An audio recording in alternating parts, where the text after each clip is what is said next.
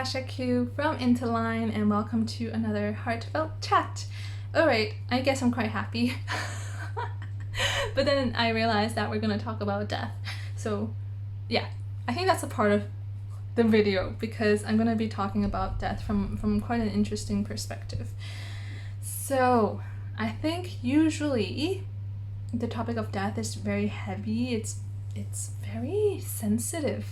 I think we tiptoe around it because we want to be sensitive to people's feelings, whoever's experiencing grief or who have lost, someone.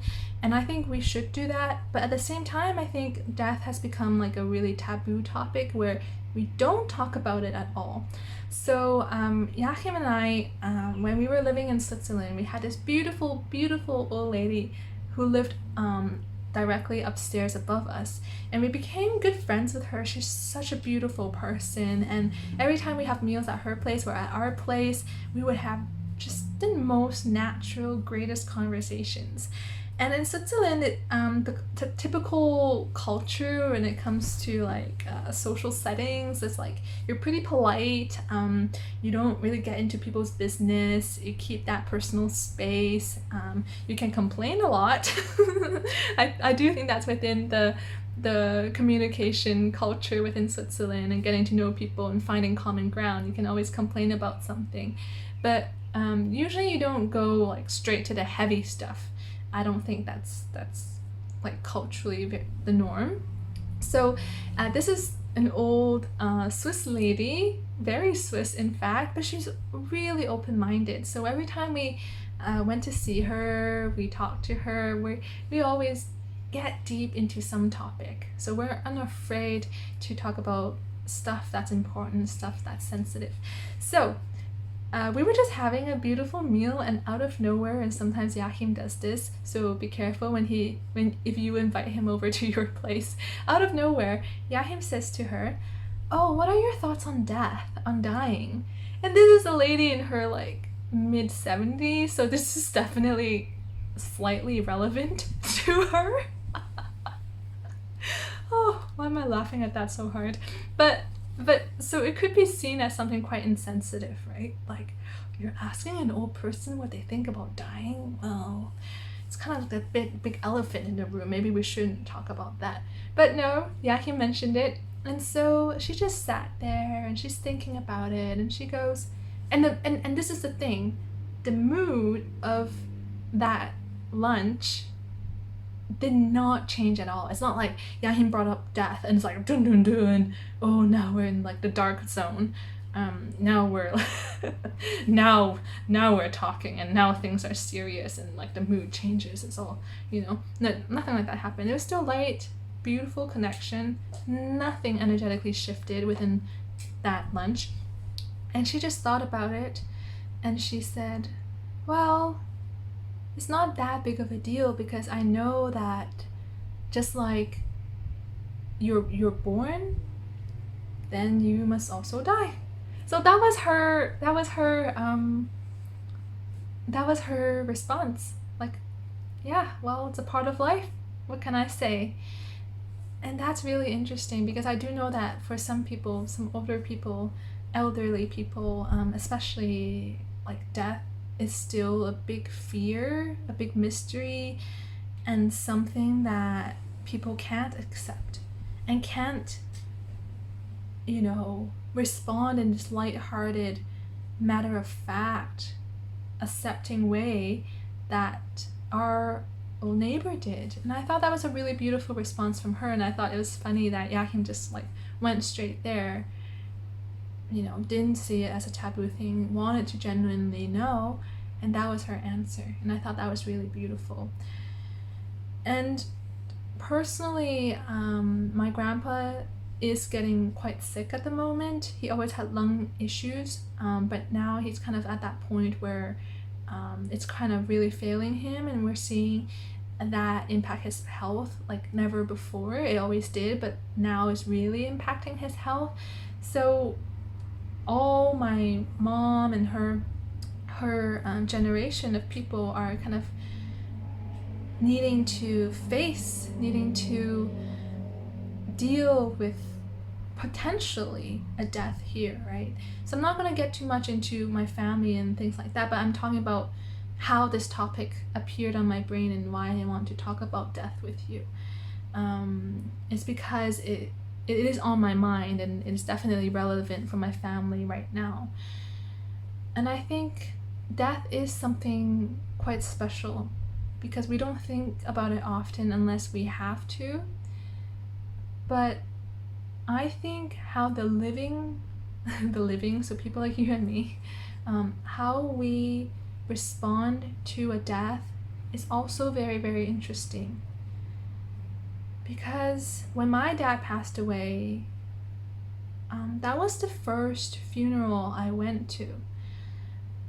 So I didn't have much expectation about what to see, what to hear, what to experience at a funeral. But I was really surprised that a lot of people's responses weren't about my dad and the life he lived and that kind of thing. A lot of people's responses to a death was their, how do I say this? It's like their role. So whether they can't do something with that lost one anymore, deceased one anymore, whether they could have done something while they were still alive to prevent the death, or like self-blaming, or thinking for the person who has passed away, oh, how they won't be able to live this or experience this anymore. I was really surprised that rather than focusing on the person who has passed and their life and celebrating them and making peace with them transitioning, away from this physical world, the majority of responses was about, if it's a really close one, to the one who have passed away, it's like, oh, what am I gonna do now? Oh, like, if they're gone, what does that mean for me? Or, oh, they passed away, or could I have done something to prevent it? Or humanizing the whole situation and projecting what they would lose, the one who has passed, like what they can't experience anymore, what they can't do anymore, and what, like, it's like a lot of projecting further loss. Yes, the person is gone, but then there's further projection about, oh, how they won't be able, for example, for me, they won't be able to visit me in Switzerland again. Oh, he won't be able to do that. So in reflection to that, to how people were expressing their grief and the experiences that those people were having, I realized that grief and that loss really isn't about the person who's leaving this world. It's about our loss and what we think we will lose. And the more someone has not resolved something with the one who's passing, the more emotional, the more stuff comes up. And it was really funny because for me, I experienced the death of my dad in a really peaceful way, and I found a lot of love, and I found a lot of like respect for him, and it was really interesting. And I didn't find myself projecting the things that he would lose or not be able to do, or the things I wouldn't be able to do with him, a little bit at the beginning, but I just felt a lot of peace. And it didn't quite matter to me, like, my personal stuff with him. I just felt at peace with my relationship and with my dad. And I think it's quite fascinating because of the different reactions that you get. So I think that when it comes to death of someone close to you, our reactions can be a lot about what we're going through internally, what we are afraid to miss, things that we wanted to say to that person but we didn't get a chance for, or you didn't dare to, or you didn't push yourself to, things that you regret that you won't be able to do with them anymore. I think it's a lot of the grief and the responses to death is very self-centered.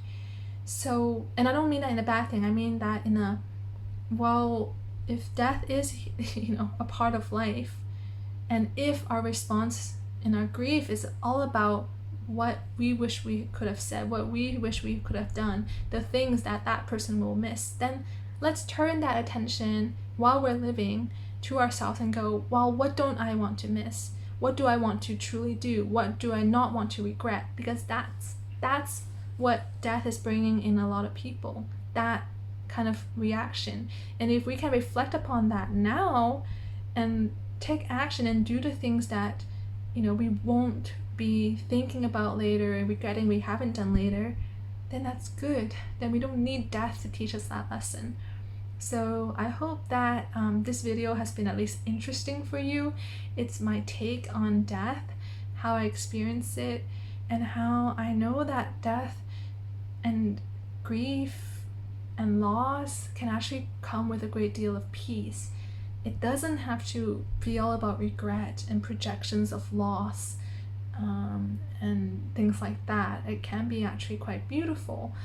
And I think that starts with the living and what you do while you are alive, and being courageously living now and not waiting for death to teach us a lesson, because I think that is too late, and that is usually quite forceful to learn in that way. So thanks for watching this video. Make sure to subscribe for other random topics that I love to share with you about on my heartfelt chats, and make sure to hit the bell to get a notification next time a video of mine or Yahims comes live. So let me know in the comments below, and let's start this conversation about death, how you have experienced it, the loss of a loved one, and what you think that regret has to do with it all, and what you don't want to regret not to do. So see you down in the comments. Bye!